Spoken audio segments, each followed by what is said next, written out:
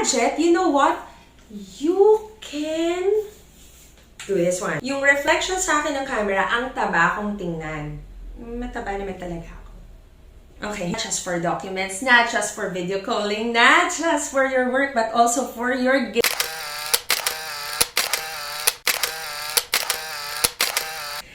Hello everyone! For this vlog, I am going to give an honest review on Huawei Matebook D14. So, did you know that it took me 5 months before actually doing this honest review? Kasi I really want to see the performance of this gadget bago bigyan ng review para mas marami rin akong ma-share. But before anything else, please do click subscribe, like this video, and share later. Ayan na. So, before we start, na-purchase ko to last June 29 via pre-order.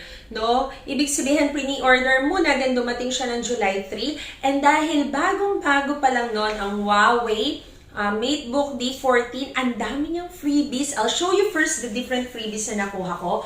First, of course, etong backpack na kung makikita nyo ay bagong-bago pa lang kasi po syempre di ba work from home, so wala masyado napapagamitan, but I tell you sobrang solid ng materials. Alright, so another freebie na nakuha ko from this gadget is this Huawei free lace. Yes, you heard it right. Free lang din po ito dito sa Huawei Matebook D14. Ang gandang gamitin nito, no? Kasi talagang 18 hours of playback and fast charging. Another one na nakuha kong freebie is no other than this mouse. Ayan. Cute siya. Pakita ko lang sa inyo. This is also for free. Ayan. So, at dahil dyan, let's go to the main event of this vlog. And the main event is Huawei Matebook D14. Ayan. So, first, before anything else, I will show you how are you going to open this one. Unlike any other laptop, hindi mo siya mabubuksan ng isang kamay lang. You have to use your other hand in opening this one. Ayan. And dito, naka-unlock na siya. Pero ganito mo siya talaga i-unlock using your fingerprint. You're able to see na talagang very protected ka with this one, just like yung mga cellphone na nauuso na ngayon. Ayan, with fingerprint na rin itong Huawei Matebook D14. Another thing na maganda sa kanya is that, look at the screen. Ang screen niya is nasa 14 inches, pero tingnan niyo naman, wala siya masyadong border. Ayan, if you're going to have a close look at this one, wala siya masyadong border. So, talagang full screen yung nakikita mo. Alright? And ako, as a teacher, during the time na face-to-face pa, I really love to use my laptop as my visual aids instead of printing. Pero how do I use my laptop? I use it like this one. Okay, class? Ayan, tingnan nyo to. This is the picture. Ayan, ganyan ako and then walk around the classroom. Pero with this gadget, you know what? You can do this one. Ready? 1, 2, 3. Sharan! 180 degrees. Ayan, mabibend mo siya ng ganyan without breaking it. And mas madali siyang mahawakan, especially if you're a teacher or you're someone, a student who needs to present in front of the class, or you are an office worker, someone who works in the office and you need to present something. It's very easy. It's very convenient to use. Okay, class, look at this. This is the picture of ayan, ganyan kaming mag-discuss ng mga teachers. And ang cute nito. Gustong-gusto ko yung feature na to ni Huawei. And even kapag gagamitin mo lang yung laptop, say for example, natutulog, nakahiga ka, ayan. So ayan, ganyan lang siya. Pag gusto mong manood, wala lang, di ba? Ang cute naman talaga. Alright. So, another thing na maganda talaga dito kay Huawei is that, let's close this one. Okay. Ito yung Shark's Fin 2.0 fan niya. So, eto na. Well-ventilated na siya, pero still, even na ganito yung feature niya, I would suggest each and everyone na gumamit pa rin kayo ng fan or something na mapapagpatungan ninyo para hindi matrap yung heat dito. But nevertheless, eto na mismo ginawa ng Huawei. Maganda na siya, no? One of their best feature. Another one is that if you don't want to use headset or earphones, meron na siyang mic on this part para sa hands-free meeting video call. Yes, you heard it right. Meron din po itong camera. So, why is it kanina, nung pinakita ko, ay hindi ninyo nakita yung camera? Because the camera is located between F6 and F7. So, I'm going to show you. Ayan, side view. Okay. Press this one. Lilitaw si camera. Okay. Lapit tayo dyan. Ayan si camera. Ayan. Para mas makita nyo. Okay. Alright. So, ayan si camera. And then, click that one. So, yung camera niya, nasa part siya ng keyboard. Alright. Dito siya sa part ng keyboard. Ang disadvantage dito is that dahil na pababa siya, pa-upward, mataba akong tingnan. So, kaya ayoko siyang gamitin. Okay? Kasi, especially if you're someone na kailangan umaaura-aura pa. So, of course, kailangan na yung camera nasa right angle. And in this case, this is not my angle kasi, no? So, kaya, kapag ginagamit ko siya, yung reflection sa akin ng camera, ang taba akong tingnan. Mataba naman talaga ako. Okay. So, another thing na masasabi ko naman sa camera na to, on the other hand, for protection mo rin, kasi usually, kapag nakababa na to, alam mo na kaagad na camera off ka na. Well, kung nandito, kailangan ma-check mo pa sa application kung naka-turn on nga ba yung camera mo or na-i-turn off mo ba.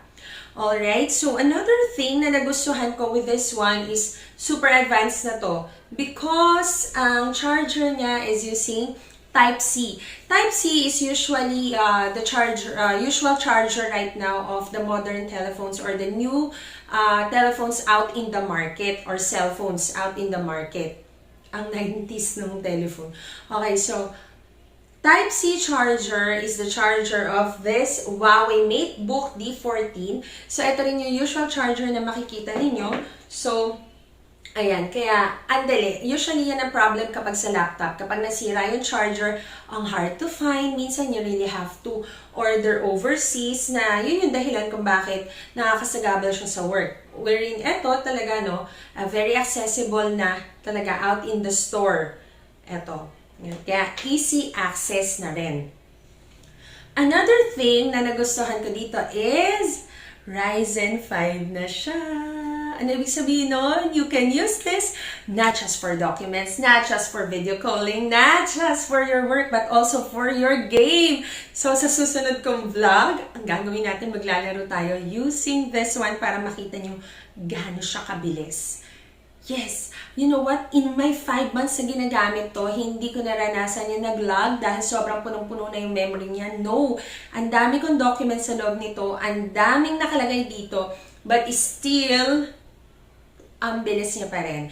For that 5 months period na ginagamit ko siya, ang galing pa rin ng performance niya, lalo na pag naglalaro. So, next vlog ha, you click subscribe, and of course, hit the bell button para ma-alert kayo kapag na-upload ko na yung game mode ko kung saan naglalaro tayo using this one. By the way, I am not really a gamer, but I just really want you to have a visualization kung gaano siya kabilis in the game. Okay? So, hindi ko na siya ipapakita in this vlog kasi alam ko naman na kaya clinic nyo to, gusto niya lang makita yung features and specification nito. So, baka iwan nyo ako pag naglaro ako bigla, lalo na hindi naman ako marunong maglaro talaga, hindi ako gamer. Okay? Pero na-try ko naman. Now, another disadvantage dito is dalawa lang yung USB port niya. Kaya kung makikita nyo, meron ako dito na extension na ginagamit, lalo na ang dami kong ginagamit kasi sa online class ko. I need to have my printer, I need to have my USB, I need to have my, how to call this, my microphone. Tapos, I even use external speaker para lang mas malakas. no? Tapos minsan kailangan ko pa ng another set for headset or earphones. So, hindi siya kasha. Tapos yung USB ko, minsan I have 2 or 3 USB depending on the needs. Ano, pinaghihiwa-hiwalay ko kasi yung files ko. And ngayon, work from home. Pero as a teacher, syempre, kapag dumating na time na face-to-face na ulit ang klase, bakit maganda rin itong gamitin? Tingnan nyo kasi kung gaano siya kanipis. Ang nipis niya.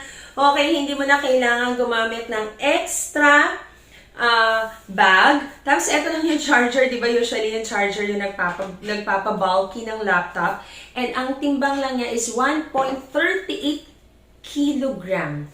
So, sobrang nipis, sobrang gaan, on the go talaga. And if you have Huawei cellphone, alam niyo, you can transfer everything from your Huawei cellphone, from your phone, going to the gadget, going to this Huawei Matebook D14. Yun nga lang, unfortunately, hindi ko siya talaga na-try kasi hindi Huawei yung cellphone ko. So, hindi ko siya na-try, but then, based on the store and based on some of the reviews na nakikita ko rin naman, so, yun, very, how do you call this, worth it, lalo kung talagang Huawei user ka. So, question, am I going to recommend this to you? My personal judgment is yes. This is an on-the-go gadget that you can buy, alam niyo yun, to give this as a gift to your husband, to your wife, to your daughter, to your son for their online classes, and even to your loved ones, okay? And you can buy this for only 39,990 pesos. And hindi po ako nagbebenta nito. Hindi rin po ito sponsored ng Huawei. I just really want to have this honest review para po sa lahat ng undecided pa rin on which brand and which kind of laptop are you going to use for your work from home setup or from your online classes. So I would really suggest that this one is an on-the-go material for you. I've been using this for 5 months and so far I have not encountered any problems at all. And this is really something na kung bibigyan ko ulit yung anak ko, or say for example, nauso na to before, hindi na siguro ako bibili ng ibang brand ng laptop. Eto na talaga. So much for that. I hope that you have learned something from this vlog. Don't forget to click subscribe, like this video, and share. And please don't forget to click that ring button and let's be connected. Okay, please follow me on my Instagram account by typing in Concolates, and please like my page. So it's there written. So thank you. Bye.